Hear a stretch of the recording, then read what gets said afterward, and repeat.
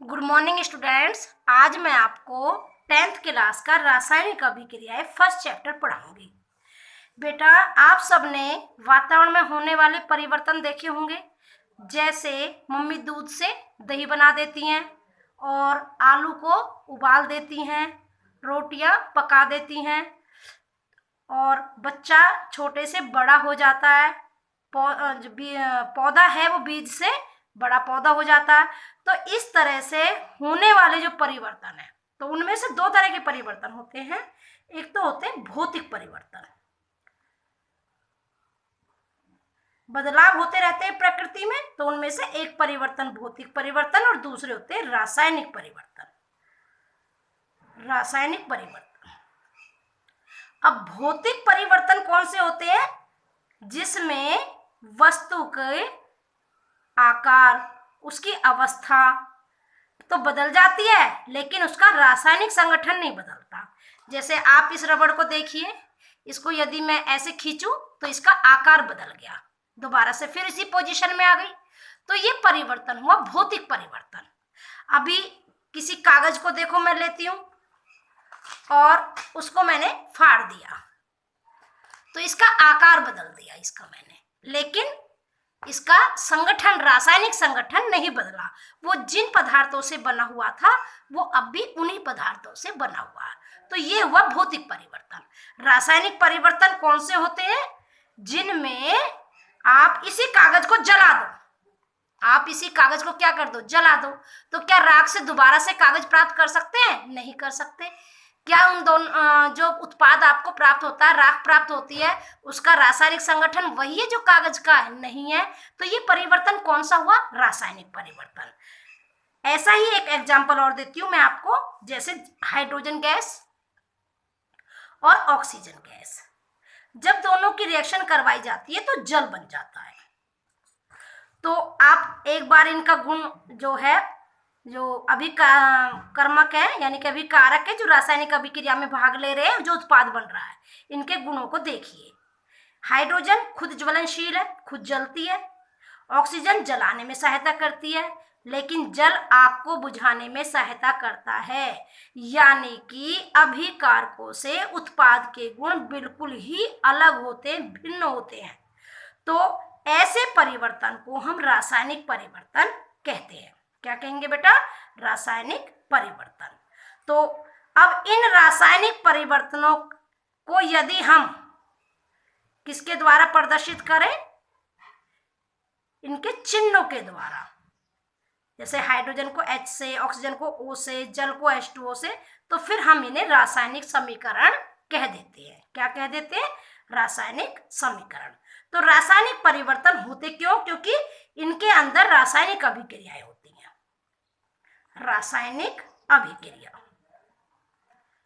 आप ऐसे बता सकते हो कि जब दो या दो से अधिक, दो तो कम से कम चाहिए, दो या दो से अधिक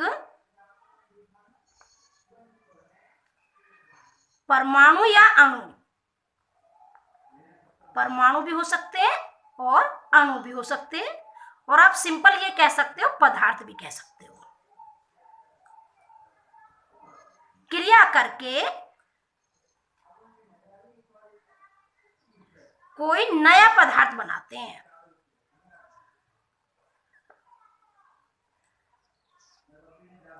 तो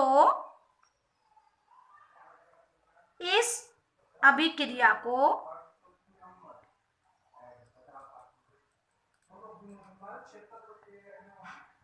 रासायनिक अभिक्रिया कहते हैं। जैसे मैं एग्जांपल आपको देती हूं, कार्बन ऑक्सीजन के साथ क्रिया करके क्या बना लेगा? Carbon dioxide. तो कार्बन, आप कोयले में भी कार्बन होता है, और ऑक्सीजन ये गैस है, ये ठोस है, और जो बनी वो कार्बन डाइऑक्साइड एक गैस बनी, जिसके गुण ना तो कार्बन से मिलते हैं ना ही ऑक्सीजन से मिलते हैं। तो मैं मानूं अब आपको रासायनिक अभिक्रिया समझ में आ गई होगी। जब दो या दो से अधिक जो है अणु या परमाणु जुड़ करके एक नया पदार्थ बनाते हैं, तो उस अभिक्रिया को रासायनिक अभिक्रिया कहते हैं। आप कुछ भी एग्जाम्पल डाल सकते हो जो आप पढ़ते हो रासायनिक अभिक्रियाओं के। आप जल बना सकते हो, आप मैग्नीशियम की ऑक्सीजन से क्रिया करवा के दिखा सकते हो। अब इसको बैलेंस कर दीजिए। आप सोडियम के ऑक्सीजन के साथ रिएक्शन करके दिखा सकते हो, जो है आप बैलेंस कर दीजिए। तो इस तरह से आप रासायनिक अभिक्रिया को डिफाइन कर सकते हो, समझा सकते हो। अब ये रासायनिक अभिक्रिया के कई प्रकार होते हैं। रासायनिक जो अभिक्रियाएं होती हैं ये कई प्रकार की होती हैं, तो उनमें से मैं आपको एक एक करके समझाऊंगी। जैसे पहली हो गई संयोजन अभिक्रिया। कौन सी हो गई? संयोजन। नाम से भी पता लग रहा है, संयोजन मतलब जुड़ना। संयोजन अभिक्रिया। अब संयोजन अभिक्रिया में समझ, इसको हम कॉम्बिनेशन रिएक्शन भी बोल देते हैं क्योंकि इसमें जुड़ता है। कॉम्बिनेशन मतलब जुड़ना, या एडिशन रिएक्शन भी बोल देते हैं, एडिशनल रिएक्शन। संयोजन अभिक्रिया में क्या होता है कि दो या दो से अधिक परमाणु जुड़ेंगे और जुड़ने के बाद, जैसे आप कैल्शियम ऑक्साइड को ले लीजिए और कार्बन डाइऑक्साइड को, और इनको जोड़िए तो क्या बना? Calcium carbonate. तो जुड़ने के बाद कोई भी सह उत्पाद नहीं बनेगा। एक ही बड़ा अणु उन दो उसकी अपेक्षा छोटे अणुओं से जो बना था, यानी कि अभिकर्मक में, अभिकारकों में, या जो है रिएक्टेंट में जो अणु लिए थे वो सारे एक साथ जुड़ जाएंगे और एक बड़ा अणु बना लेंगे। तो वो अभिक्रिया कौन सी हो जाएगी? संयोजन अभिक्रिया। और भी बहुत सारे एग्जाम्पल आप दे सकते हो, ऊपर जो मैंने दिए थे सारे संयोजन अभिक्रिया के ही थे, उनमें कोई भी सह उत्पाद नहीं था। अब मैं एक और अभिक्रिया आपको दूं, जैसे आपको मैंने जल का ही दे दिया। जल को यदि उसका विद्युत अपघटन आप करो तो वो किस में टूट जाएगा? हाइड्रोजन और ऑक्सीजन में। आपको मैं ये बता देती हूं कि ये मिस्टेक नहीं करनी है आपको। जो जल होता है वो हाइड्रोजन और ऑक्सीजन में टूट गया, सह उत्पाद बना और जुड़े नहीं। यहाँ पे आप देखो केवल एक ही अणु टूटा है, तो ये संयोजन अभिक्रिया में कभी भी नहीं आएगा। ये मैंने आपको पहचान के लिए समझाया है कि संयोजन अभिक्रियाओं में दो या दो से अधिक परमाणु या अणु जुड़ेंगे और एक बड़ा जटिल अणु बनेगा। समझ में आई बेटा? अब मैं आपको सिखाती हूँ वियोजन अभिक्रिया। कौन सी अभिक्रिया सिखाऊंगी? वियोजन। वियोजन मीन्स टूटना। वियोजन मीन्स क्या होता है? टूटना। जब एक बड़ा अणु, जैसे अभी बताती हूं मैं आपको, कैल्शियम कार्बोनेट को आप गर्म करोगे तो वो कैल्शियम ऑक्साइड और कार्बन डाइऑक्साइड में टूट जाएगी। कैल्शियम कार्बोनेट को जब आपने गर्म किया तो कैल्शियम ऑक्साइड जो है कार्बन डाइऑक्साइड में टूट गई, यानी कि एक बड़ा अणु दो या दो से अधिक छोटे अणुओं में टूटा। तो ये अभिक्रिया कौन सी हुई? वियोजन अभिक्रिया। परिभाषा बड़ी इजी हो गई आपके लिए कि वह अभिक्रिया जिसमें एक बड़ा अणु जो है दो या दो से अधिक सरल अणुओं में टूटता है। लेकिन एक मैं बताऊं आपको, एक रेडियो एक्टिव सब्सटेंस के अलावा, रेडियोधर्मी सब्सटेंस के अलावा कोई भी पदार्थ आसानी से नहीं टूटता। उसके लिए कुछ चाहिए, गर्मी चाहिए, ताप चाहिए, बल चाहिए। तो ये इनके लिए आप गर्म भी करके जो है तोड़ सकते हो। आप जो है कैसे तोड़ सकते हो? जैसे AgCl को धूप में रख दो सूर्य के प्रकाश में, तो भी जो है सिल्वर अलग टूट जाएगा और क्लोरीन गैस अलग निकल जाएगी और ये ग्रे रंग का सब्सटेंस आपको प्राप्त हो जाएगा। पहले जब, अब तो खैर ब्लैक एंड व्हाइट फोटो कम ही बनवाते हैं लोग, पहले ब्लैक एंड व्हाइट फोटो बनते थे तो इस वाली रिएक्शन का ही यूज होता था। और ये इस बार आपका 2020 में क्वेश्चन भी आया था कि जब सिल्वर क्लोराइड को धूप में रखा जाता है तो कैसे रंग का पदार्थ बनता है? तो ग्रे रंग का, स्लेटी रंग का सिल्वर बन जाता है। तो इस तरह से ये वियोजन अभिक्रिया हो गई। वियोजन अभिक्रिया एक विद्युत के द्वारा भी हो जाती है, जैसे जल है, जल के अम्लीय घोल में अम्लीय विलयन में यदि आप विद्युत गुजार दो, क्या गुजार दो? विद्युत, बिजली, करंट पास करवा दो, तो ये हाइड्रोजन और ऑक्सीजन टूट जाएगा। या आप ये कह सकते हो 2H आयंस और O नेगेटिव आयंस में ये टूट जाएगा। जो ऑक्सीजन है वो आपको एनोड पर प्राप्त होगा और हाइड्रोजन आपको कैथोड पर, क्योंकि जब विद्युत अपघटन करते हैं तो एनोड और कैथोड बनाने होते हैं, बिजली से जोड़ने होते हैं। तो ये होगी आपकी कौन सी अभिक्रिया? विद्युत अपघटन के द्वारा। ये तीनों ही वियोजन अभिक्रियाएं हैं। एक तो वियोजन अभिक्रिया मैंने आपको वो समझाई है जो कैल्शियम कार्बोनेट गर्म करने पर ताप के द्वारा जो टूट जाता है, उसमें कोई भी पदार्थ गर्म करने पे टूटेगा। और दूसरी मैंने वो बताई थी जो सूर्य के प्रकाश में एक जटिल अणु सरल अणुओं में टूट जाएगा। तीसरी मैंने वो बताई थी जो विद्युत अपघटन के द्वारा जो एक जटिल अणु है वो सरल अणुओं में टूट जाएगा। आप KCl पोटेशियम क्लोराइड को जानते होंगे, 2KCl, ये भी यदि आप विद्युत अपघटन करो तो ये भी टूट जाता है पोटेशियम में और क्लोरीन गैस में। ठीक है, तो इस तरह से आप वियोजन अभिक्रिया और संयोजन अभिक्रिया को अच्छे से समझ पाए होंगे। संयोजन अभिक्रिया में दो से अधिक जो परमाणु जुड़ करके एक बड़ा अणु बना रहे थे, लेकिन वियोजन उससे उल्टी है, उसमें एक बड़ा अणु दो या दो से अधिक में टूट रहा था। ठीक है बेटा, अब जो तीसरे टाइप की अभिक्रिया है वो मैं आपको समझाऊंगी। वो अभिक्रिया है सब्स्टिट्यूशन अभिक्रिया भी बोल देते हैं, उसे विस्थापन अभिक्रिया भी बोल देते हैं। विस्थापन या सब्स्टिट्यूशन अभिक्रिया, रिएक्शन बोल दो या अभिक्रिया।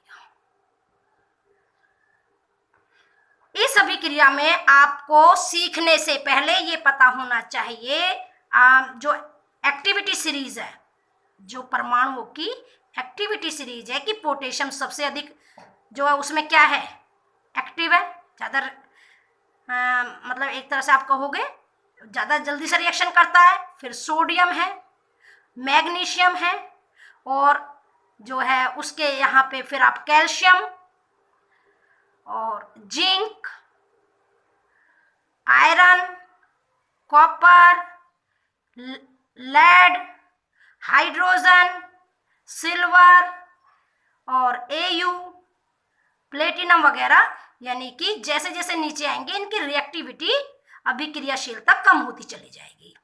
तो ध्यान यहाँ रखना होता है कि जैसे कॉपर है और ये लोहा है, आयरन है, तो कॉपर से ज्यादा रिएक्टिव है लोहा। कभी भी लोहे जैसे FeSO4 में आप यहाँ लिखूं तो कॉपर जो है इसको विस्थापित नहीं कर सकता, इसको नहीं हटा सकता, ये रिएक्शन नहीं होगी। लेकिन मैं CuSO4 लूं और फिर कॉपर के आयरन के साथ रिएक्शन करवाऊं तो आयरन में इससे कॉपर से ज्यादा पावर है और ये इसको क्या कह देता है, हट यहां से निकल, और CuSO4 से खुद जाके जुड़ जाता है FeSO4 प्लस Cu। आप इसको कैसे डिफाइन कर सकते हो? आप इस तरह से समझा सकते हो कि जो अधिक क्रियाशील तत्व है वो कम क्रियाशील तत्व को उसके स्थान से हटा देता है और खुद एक नया पदार्थ जो है बना लेता है। या आप यह कह दीजिए विस्थापन अभिक्रिया वह अभिक्रिया जिसमें कम क्रियाशील तत्व जो है हटा दिया जाता है अधिक क्रियाशील तत्व के द्वारा। और आप ये रिएक्शन दे सकते हो, आप CuSO4 प्लस जिंक ये भी दे सकते हो, क्योंकि जिंक भी कॉपर से ज्यादा रिएक्टिव है, तो ZnSO4 प्लस Cu। अब ये दो टाइप्स की होती है, 2 टाइप्स होती है विस्थापन अभिक्रिया भी। एक तो होती है एकल विस्थापन, जिसमें एक ही तत्व को हटाया जाता है, जो कि मैंने अभी यहां बताया था, कॉपर को हटा दिया। एक होती है द्विविस्थापन।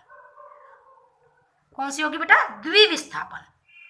द्विविस्थापन अभिक्रिया में क्या होता है कि जैसे Na2SO4 ले लीजिए आप और बेरियम क्लोराइड ले लीजिए, इसमें दोनों जो रिएक्टेंट है, जो अभिकर्मक है, अभिकारक है या अभिकर्मक है, वो दोनों ही टूटते हैं और अपने अपने आयनों का परस्पर आदान प्रदान करते हैं। जैसे बेरियम तो किससे जुड़ेगा?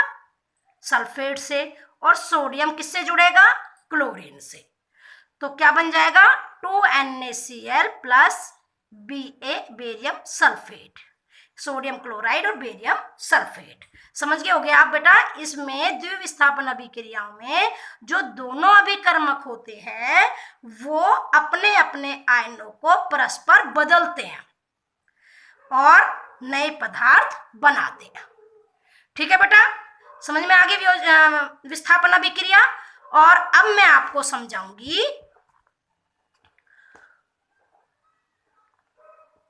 ऊष्माक्षेपी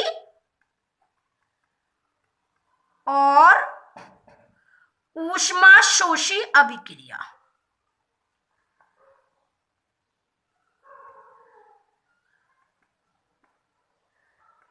ऊष्माक्षेपी अभिक्रिया वो अभिक्रिया होती है जिसमें जब रिएक्शन होती है तो ऊष्मा निकलती है, ऊर्जा के रूप में ऊष्मा निकलती है। जैसे आप लकड़ी जलाते हो तो लकड़ी को जलाने पे क्या निकलती है, ऊष्मा निकलती है। घरों में एलपीजी गैस जलती है तो एलपीजी गैस को जलाते टाइम भी क्या निकलती है, ऊष्मा। ऐसी आप कार्बन को ऑक्सीजन के साथ रिएक्शन करवाते हो तो कार्बन डाइऑक्साइड, ऐसे मीथेन को आप ऑक्सीजन के साथ रिएक्शन करवाओगे तो CO2 प्लस 2H2O और प्लस ऊर्जा, यानी कि इसमें ऊर्जा निकलेगी। ऊष्माक्षेपी अभिक्रियाओं में ऊष्मा निकलती है तो वे अभिक्रियाएं जिनमें ऊर्जा निकलती है या मुक्त होती है उन्हें ऊष्माक्षेपी अभिक्रियाएं कहते हैं। अब मैं आपको समझाऊंगी ऊष्माशोषी अभिक्रियाएं। ऊष्माशोषी अभिक्रियाओं में क्या होता है कि रिएक्शन करने के लिए, अभिक्रिया करने के लिए ऊष्मा देनी पड़ती है, वो और ऊष्मा को अवशोषित करती हैं। जैसे वातावरण में नाइट्रोजन है और ऑक्सीजन है, यदि हम उन्हें 45 किलो कैलोरी ऊर्जा देते हैं या उचित ताप पर जो उन्हें जो है आप ये कह दीजिए उन्हें क्या किया जाता है, बंद करके उनकी रिएक्शन करवाते हैं तो नाइट्रस ऑक्साइड बन जाता है। तो क्या हमने क्या दी और ऊष्मा दी, रिएक्शन होने के लिए ऊष्मा एब्जॉर्ब करनी पड़ी और ऊष्मा को देना पड़ा। तो ये ऐसी अभिक्रियाएं कौन सी अभिक्रिया होती है, ऊष्माशोषी अभिक्रिया। कौन सी अभिक्रिया होंगी, ऊष्माशोषी अभिक्रिया। बहुत अभिक्रियाएं हैं जिसमें हमें अलग से ऊष्मा देनी पड़ती है। अब मैं आपको समझाती हूं ऑक्सीकरण और ऊष्माक्षेपी, ऊष्माशोषी हो गई, और 5 टाइप्स की जो होगी ऑक्सीकरण जिसको ऑक्सीडेशन में बोलते हैं, और अपचयन अभिक्रिया, और अपचयन जिसको रिडक्शन कहते हैं।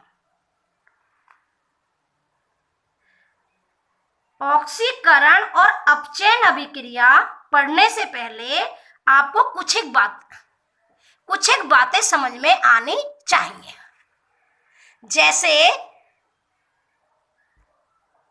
जैसे आप ये कह सकते हो, ऑक्सीकरण और अपचयन अभिक्रिया को समझाने से पहले एक तो ये पता होना चाहिए कि जो ऑक्सीकरण है इसमें, इस अभिक्रिया में ऑक्सीजन जुड़ेगी, ऑक्सीजन का जुड़ना या हाइड्रोजन का निकलना, या तो ऑक्सीजन जुड़ेगी किसी भी रिएक्टेंट से या हाइड्रोजन उससे क्या होगी, निकलेगी। हाइड्रोजन का निकलना, निर्मुक्त होना। तीसरा, कभी कभी ये दोनों तत्व नहीं होते, ना हाइड्रोजन निकलती है ना ऑक्सीजन जुड़ती है, तो उस सिचुएशन में हम क्या करते हैं, ऐसे पहचानते हैं जैसे इलेक्ट्रॉन का निकलना, इलेक्ट्रॉन का खोना या कम होना, या आप ये कह सकते हो ऋण विद्युती तत्व, ऋण विद्युती तत्व, विद्युती आयनों का बढ़ना।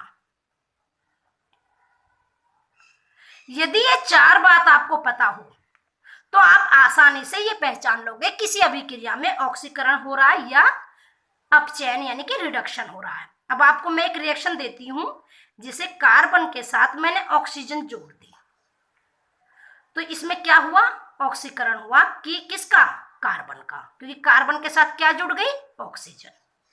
क्या जुड़ गई? ऑक्सीजन। तो इसका हुआ ऑक्सीकरण। अभी मैं आपको एक रिएक्शन देती हूं, जैसे मीथेन है और वो ऑक्सीजन के साथ रिएक्शन करता है।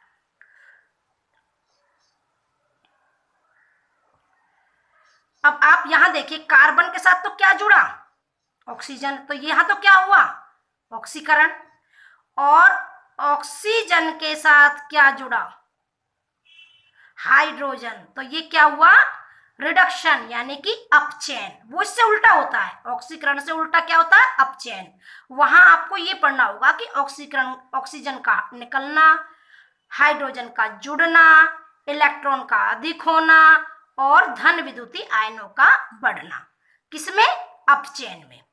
तो अपचयन का यहां पे आप समझ गए होंगे ये रिएक्शन। एक बार और समझा दूंगी, देख लीजिए। जैसे मैं कहती हूं 2KBr, 2KBr यानी कि पोटेशियम ब्रोमाइड, और पोटेशियम ब्रोमाइड की मैं कैल्शियम के साथ, क्लोरीन के साथ रिएक्शन करवा देती हूँ, तो क्या बन जाएगा? 2KCl + Br। अब आप कहोगे मैम इसमें कैसे पहचान लेंगे? इसमें तो ना तो हाइड्रोजन है ना ऑक्सीजन। आप देखिए, जो क्लोरीन है वो अधिक ऋण विद्युतीय आयन है। किससे? ब्रोमीन से। तो पोटेशियम के साथ अधिक विद्युतीय आयन बढ़ रहा है, इसलिए यहां पे ये रिएक्शन कैसी हो रही है? ऑक्सीकरण की अभिक्रिया है। कौन सी अभिक्रिया है? पोटेशियम का क्या हो रहा? ऑक्सीकरण हो रहा। आप ऐसे पहचान लोगे। जैसे एक और एग्जांपल देती हूं मैंने, SnCl2 + Cl2, ठीक है, टिन क्लोराइड प्लस क्लोरीन, तो SnCl4 बन जाता है। अब आप बताइए यहाँ पे ऑक्सीकरण होगा कि रिडक्शन? आप इसको देखिए, पहले SnCl2 को देखिए, टिन क्लोराइड को। इसमें क्या हो रहा है कि क्लोरीन कैसा आयन है? ऋण विद्युतीय आयन। यहाँ पर तो 2 ऋण विद्युतीय आयन थे और अब कितने हो गए? 4। तो ऋण विद्युतीय आयन बढ़ रहे, तो यहाँ पे कौन सा हो रहा है? ऑक्सीकरण। क्या हो रहा है बेटा? ऑक्सीकरण। यानी कि 4 पॉइंट्स आपको पता होंगे तो ही आप पहचान पाओगे कि किसी का ऑक्सीकरण हो रहा है या अपचयन। अब मैं अपचयन का समझाती हूं आपको। अपचयन में आपको या तो हाइड्रोजन का जुड़ना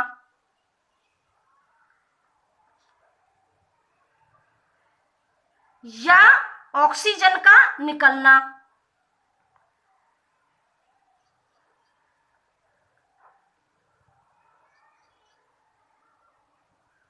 या आप कह सकते हो इलेक्ट्रॉनों का अधिक होना। इलेक्ट्रॉनों का अधिक होना और या क्या कह सकते हो आप? धन विद्युतीय आयनों का बढ़ना या ऋण विद्युतीय आयनों का कम होना। धन विद्युतीय आयनों का बढ़ना। अब एक एग्जांपल देती हूं मैं आपको NaCl का। जब इसका जलीय विलयन लेते हैं तो ये Na पॉजिटिव + Cl नेगेटिव में। अब बताइए सोडियम का क्या हुआ? सोडियम में तो इलेक्ट्रॉन कम हुए। अब इलेक्ट्रॉनों का कम होना तो क्या? ऑक्सीकरण। तो सोडियम का क्या हुआ? ऑक्सीकरण। और इलेक्ट्रॉनों का बढ़ना क्या है? अपचयन, यानी कि रिडक्शन। तो क्लोरीन का तो अपचयन हुआ और सोडियम का ऑक्सीकरण। क्या हुआ? ऑक्सीकरण। तो इस तरह से आप पहचान लोगे। कैसे पहचान लोगे ऑक्सीकरण अभिक्रिया को? या तो उसमें क्या होगी, उस जिसका ऑक्सीकरण होगा उससे क्या जुड़ेगी? ऑक्सीजन। क्या जुड़ेगी? ऑक्सीजन जुड़ेगी, या हाइड्रोजन उससे निकलेगी। ठीक है, या इलेक्ट्रॉन कम होंगे, जैसे यहाँ पे इलेक्ट्रॉन कम हुए, और या ऋण विद्युतीय आयनों का बढ़ना, जैसे अभी मैंने टिन क्लोराइड वाली रिएक्शन बताया था, ऋण विद्युतीय आयन बढ़े थे। तो इस टाइप से आप ऑक्सीकरण और अपचयन समझ सकते हो। अब इनका आप सोच रहे होंगे मैम ये हमारे किस काम की, ये हम क्यों सीखते हैं? बेटा बहुत जरूरी है, हमारे जो भी डेली लाइफ में इनका यूज हमारे ये कर होती रहती है रिएक्शन। जैसे जंग लगना। जंग लगना क्या है? जंग में आपने देखा होगा कि जो लोहा होता है वो ऑक्सीजन के साथ रिएक्शन Fe2 O3, यानी कि लोहा जो ऑक्सीजन के साथ रिएक्शन करके क्या बना, आयरन ऑक्साइड बना देता है, जो जंग है, जिससे हमारा लोहा खराब हो जाता है। अब आप देखिए चांदी के सैंपल कुछ दिनों में Ag+O2, तो जो है क्या बन जाएंगे, 2Ag2O, यानी कि बाहर की जो परत होती है चांदी के, आपने देखी होगी कुछ समय बाद काली पड़ जाती है, तो वो किस वजह से हो जाती है, क्योंकि उसका ऑक्सीकरण हो जाता है। आपने कई बार देखा है कि जो लोटे होते हैं तांबे के, पूजा करने काम आते हैं, यदि 2-4 दिन उनको नहीं ढंग से साफ किया जाए तो उनके ऊपर हरी सी परत जम जाती है, तो वो भी क्या है, उसका ऑक्सीकरण है। और अपने डेली लाइफ में जैसे आपने देखा चिप्स का पैकेट लो, हवा भरी होती है, आपने कभी सोचा है इतनी हवा क्यों भर के देते हैं, उसमें कुछ 4 चिप्स के वो होते हैं पीस और हवा हवा होती है, उसमें नाइट्रोजन गैस भर देते हैं, क्योंकि नाइट्रोजन गैस भरने से ऑक्सीजन के साथ जो वो तेल होता है चिप्स जिसमें तले जाते हैं वो रिएक्शन नहीं कर पाता, और जिससे वो चिप्स खराब नहीं होते। नहीं तो घी आपने देखा है 2-4 महीने घी घर में रखा रहे और वो थोड़ा ऐसे डिब्बे में हो जिसमें हवा का आना जाना हो, तो घी खराब हो जाएगा, उसकी स्मेल हो जाएगी, जिसे रैंसिडिटी बोलते हैं, यानी कि विकृत गंधिता। विकृत गंधिता जिसमें जो फैट होती है, वसा होती है, ऑक्सीजन के साथ क्रिया करके उसमें जो खराब हो जाती है, और इस गुण को विकृत गंधिता कहते हैं। इस विकृत गंधिता से बचने के लिए ही चिप्स आदि के पैकेटों में नाइट्रोजन गैस भरी जाती है, ऑक्सीजन गैस नहीं भरी जाती है। और जो भी घरों में डिब्बे होते हैं तेल के, घी के, उनको टाइटली जो है बंद किया जाता है, जिससे कि ऑक्सीजन उसमें प्रवेश ना कर सके। और जो है यदि हमें ये पता होगा कि हमारे जो है ऑक्सीजन के साथ रिएक्शन करने से चांदी लोहा खराब हो जाते हैं, तो फिर हम सावधानी से बचाव कर सकते हैं, पेंट वगैरह लगा देंगे लोहे की चीज़ों में, जिससे कि डायरेक्ट कांटेक्ट में ऑक्सीजन ना आ पाए और जो है जंग ना लगे और हमारा जो धातुएं हैं वो खराब ना हो। तो इस तरह से जो भी हम पढ़ते हैं उनका हमारे डेली लाइफ में यूज होता है। और मैं मानती हूँ ये वीडियो आपको जरूर समझ में आया होगा। यदि नहीं समझ में आया हो तो दोबारा से कमेंट कर देना, मैं आपको फिर दोबारा से समझा दूंगी। ओके बेटा, धन्यवाद।